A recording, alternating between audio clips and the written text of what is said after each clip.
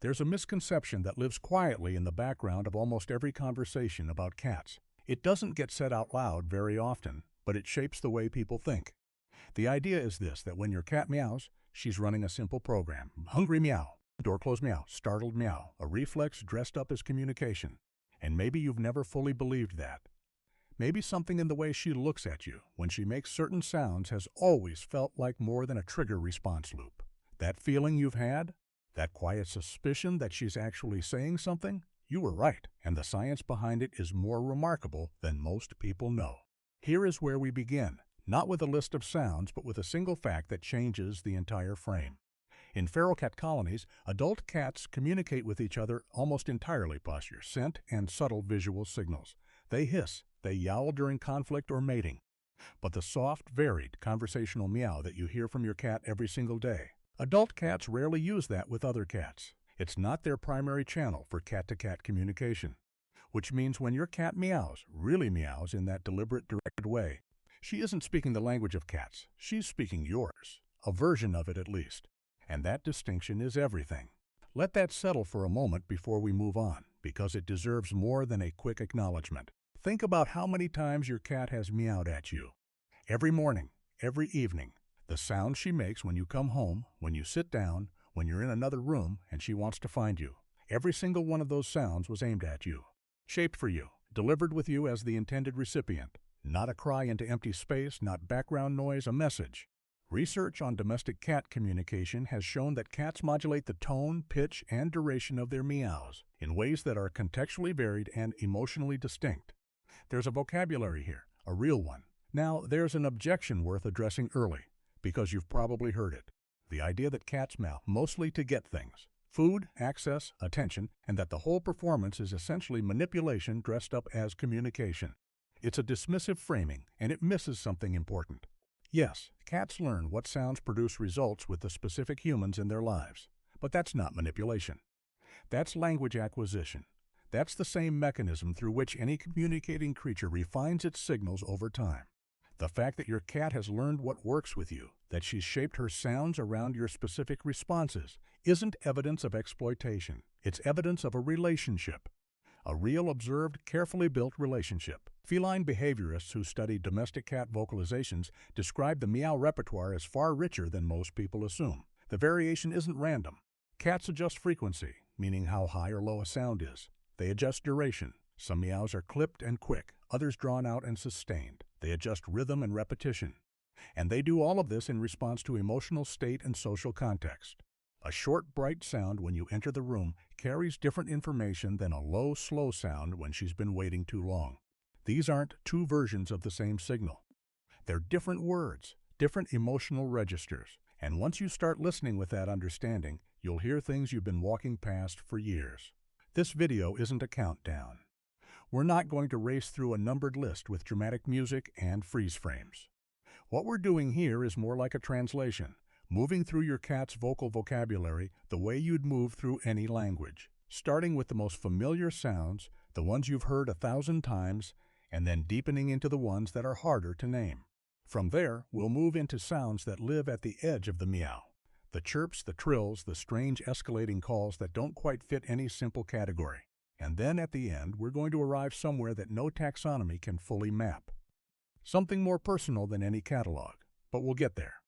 Before we go any further, there's something worth saying about how you listen. Most of us hear our cats the way we hear ambient sound.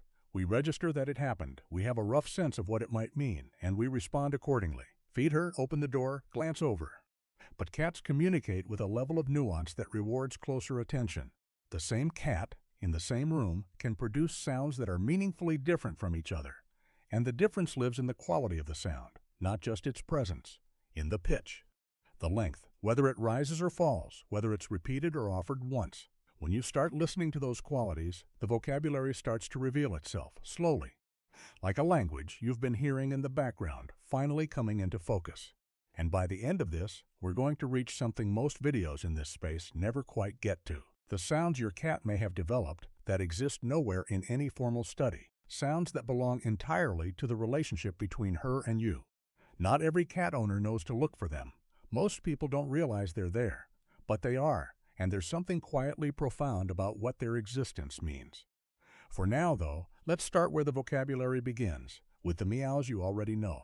The sounds that have been part of your daily life with her for years. Because even those, it turns out, have been carrying more than you realized. Let's begin with the meow you hear most reliably.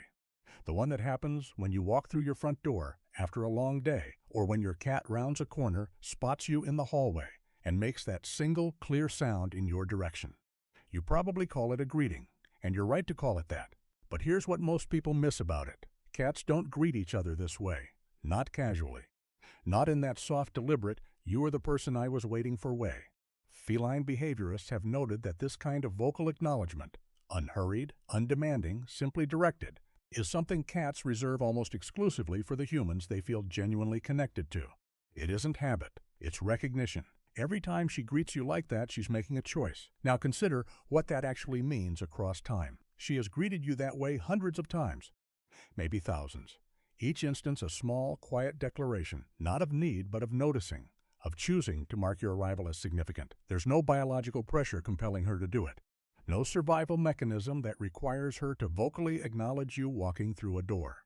She does it because somewhere in the long accumulated history of your life together, greeting you became part of how she understands her world. You are a landmark in her day. The greeting meow is how she marks that. It's easy to receive it as routine. But routine in a cat's life is a form of devotion.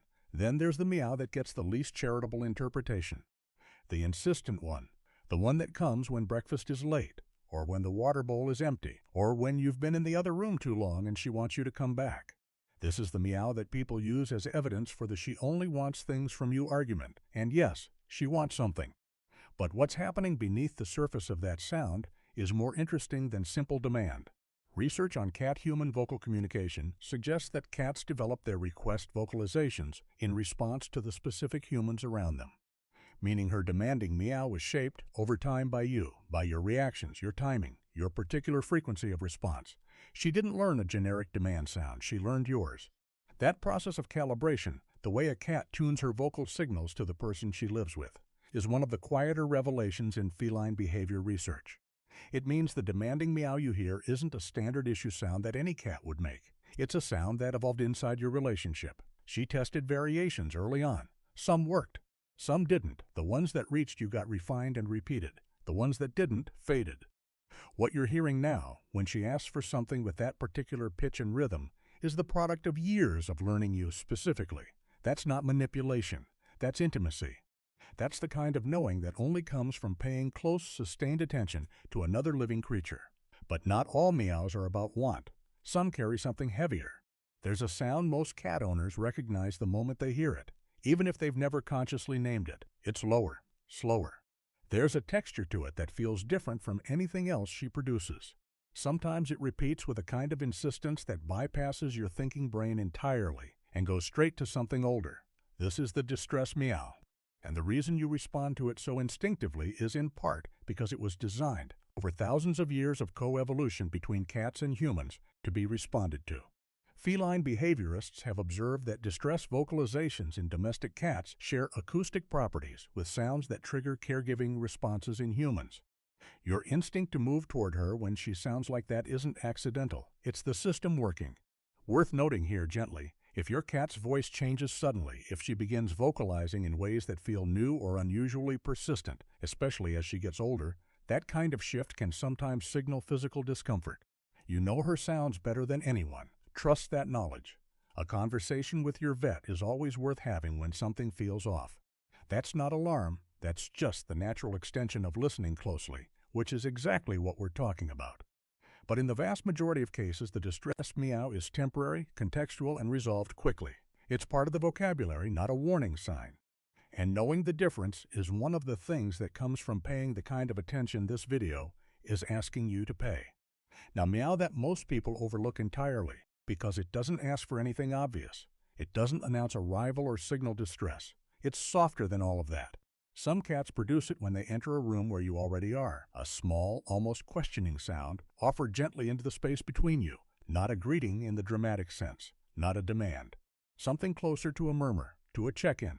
Feline behavior researchers sometimes describe this kind of vocalization as a contact call, A sound whose function is less about conveying specific need and more about confirming connection. Are you here? Are we in this space together? It's one of the most affectionate sounds in your cat's entire vocabulary, and because it asks for nothing, it's the one most likely to go unnoticed. These are the meows that live on the surface of daily life with a cat, the ones with names more or less, the greeting, the request, the distress call, the quiet check-in. And yet even these familiar sounds have been carrying more weight than the casual interpretation gives them credit for. Each one is calibrated. Each one is directed. Each one exists inside the specific grammar of your relationship with her. But there is another layer. Sounds that don't quite fit the categories we've just covered. Vocalizations that live in a different register altogether, that serve different emotional purposes, and that reveal something even more specific about what your cat is feeling in a given moment. That's where we're going next. And for a lot of people, this is where the real surprises begin. There's a sound your cat makes that isn't quite a meow. It rises slightly at the end like a question, but it isn't asking for anything. It's warmer than that, rounder, almost musical. If you've heard it, you probably noticed it felt different from the others, even if you couldn't explain why. This is the trill. And of all the sounds in your cat's vocal repertoire, this one has perhaps the most specific emotional origin. Mother cats use it with their kittens, a soft rolling sound that means come with me, stay close, you are safe. Adult cats rarely produce it with other adult cats. But many cats trill at the humans they are most bonded to, regularly, naturally, without hesitation. If your cat trills at you, sit with that for a moment. It isn't small. The trill is meaningful, precisely because it wasn't repurposed for general use. It stayed close to its original emotional context, warmth, safety, closeness, and your cat extended it to you. Not because she confused you with a kitten, but because the feeling she associates with you is close enough to that original tenderness that the same sound fits. Feline behaviorists who study affiliative vocalizations describe the trill as one of the clearest acoustic markers of genuine social comfort in domestic cats. It doesn't appear in conflict. It doesn't appear in ambivalence. It appears when a cat is near someone she trusts completely, moving through a moment that feels uncomplicated and good. When she trills at you in the hallway, or on her way to her food bowl, or simply passing through the room, that's what she's expressing. Uncomplicated good. Then there's a sound that belongs to an entirely different emotional world. You've probably seen it happen near a window. A bird lands on a branch outside, or a squirrel crosses the sill, and your cat goes very still, and then begins producing a rapid, stuttering, almost a mechanical clicking sound from deep in her jaw. Sometimes it's paired with a soft chattering. It looks strange. It sounds stranger. This is the chatter, and unlike almost everything else we've covered, it isn't directed at you. It isn't social at all in the way the other vocalizations are. Several theories exist among researchers. Some suggest it's a reflex tied to the frustration of seeing prey she can't reach. Others propose it may relate to a hunting-specific jaw motion. What matters here is the contrast. This is one of the few sounds your cat makes that has nothing to do with your relationship. And that contrast is actually clarifying. Because when you understand which sounds are directed at you and which ones aren't, the directed ones become even more significant. The chatter is your cat inside her own interior world, the ancient, instinctual part of her that exists independently of you. And that's fine. That's real. Cats are not entirely defined by their relationships with humans, and pretending otherwise would be dishonest. But the fact that she has this private, instinct-driven register, and that she still chooses consistently to turn away from it and speak to you in an entirely different vocal language, makes that choice more meaningful, not less. She has an inner life that doesn't include you, and she comes back to you anyway, regularly, deliberately, with sounds built specifically for the space between you. Now consider the escalating meow, the one that starts as a gentle prompt and builds, slowly or quickly depending on the cat, into something more insistent. Most people read this as simple impatience, but watch it more carefully and you'll notice something interesting. The escalation isn't automatic, it responds to you, or rather, to your absence of response. Cats modulate the intensity and repetition of these vocalizations based on the feedback they're receiving or not receiving in real time. If you acknowledge her mid-escalation, even just a glance or a word, the pattern often shifts. She wasn't just running a volume program, she was monitoring you, waiting for a signal that the message landed. In multi-cat households, you'll often notice this pattern more strongly in the cat who has the closest attachment to you. Proximity of bond shapes the urgency of voice, and then there is the silent meow. This one stops people. An open mouth, the shape of a sound, the intention of a meow, and almost nothing comes out. Or what comes out is so soft, so high, so close to the edge of what you can register that it barely reaches you at all. Some cat owners find it slightly unnerving the first time they really notice it. Others find it unbearably tender. Feline behaviorists have observed that this vocalization tends to appear in moments of close physical proximity and low emotional stakes. During quiet eye contact, during an approach toward someone trusted, in the soft seconds before settling down beside you. It isn't a failed meow. It isn't a meow she ran out of voice for. It's something more intimate than a full sound. It's a whisper, offered only when she's close enough that a whisper is all she needs. Taken together, the trill, the chatter, the escalating call, the silent meow, what emerges is a portrait of an animal whose communication is anything but simple. The range of emotional precision here, the situational specificity, the way each sound serves a distinct purpose in a distinct context. This is not the vocal behavior of a creature that is indifferent to the world around it. Cats are selective, that's true. They don't communicate with everyone, and they don't communicate constantly. But that selectivity is not the same as coldness. It's the same as depth. When a cat chooses to speak, it means something, every time. The stereotype of the aloof, uncommunicative cat collapses the moment you actually listen, not just to the fact that she's making sounds, but to what those sounds are doing, and who they're aimed at and what they've been shaped by. But here is where we reach the part of your cat's vocabulary that no researcher has fully cataloged. Not because the science isn't there, but because this part of the language is yours alone. Many cat owners and some feline behavior researchers have noted something that's difficult to quantify but impossible to dismiss. Cats develop individualized vocal patterns with specific people over time, sounds that exist in no textbook, tones that have never appeared in any study. Little vocalizations that emerge somewhere in the quiet accumulation of your years together, shaped by you, refined for you, offered to no one else. You may already know the ones I mean. The sound she makes when she jumps up beside you at night, the specific murmur at the bathroom door, the noise she makes when you've been away longer than usual and she finds you again. Those sounds are where we're going now. Think about a sound your cat makes that you have never heard described anywhere. Not in an article, not in a video. Not in a conversation with another cat owner, a sound so specific to her and to you that you wouldn't even know how to write it down. Most cat owners have at least one of these. Some have several. And for a long time, there hasn't been great language for what they are or why they exist. But feline behavior research increasingly points towards something cat owners have always quietly known. Over the course of a shared life, cats adapt their vocal communication to the specific human they're bonded to. They learn what reaches you, what brings you closer, what makes you look up from what you're doing and turn toward them.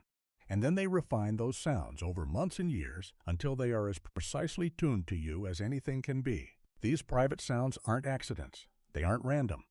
They are the product of sustained, careful attention. Your cat paying closer attention to you than you may have realized, over a longer period of time than feels entirely comfortable to sit with. She noticed you. She studied what moved you. And then she built something. Quietly, incrementally, without any of the fanfare that word built might imply. Something that exists nowhere else in the world except in the space between the two of you. No other cat has that exact sound. No other person hears it. It belongs to your relationship the way certain things only ever belong to relationships that go deep enough and long enough to develop their own private grammar. Your cat has a language with you. Not just a vocabulary, a language. Now bring back what we started with. The fact that adult cats rarely meow at other cats, that this entire vocal system in its domestic conversational form emerged and developed in proximity to humans. That took a long time. Thousands of years of cats and humans living alongside each other, and somewhere inside that shared history, cats began reaching toward language. Not because they had to. There was no survival imperative that demanded it. They were already surviving. What they were doing over all that time was something quieter and more remarkable. They were learning to speak to us. They were growing not just in the biological sense, but in some directional relational sense, toward communication, toward being understood, toward you. Cat love doesn't look the way some people expect it to. It doesn't come running to the door every time, tail wagging, voice loud with need. It's steadier than that, more considered, more private. It shows up in a trill in the hallway, in a silent meow offered 2 feet from your face. In a contact call that asks for nothing except confirmation that you're still there, still present, still the person she chose.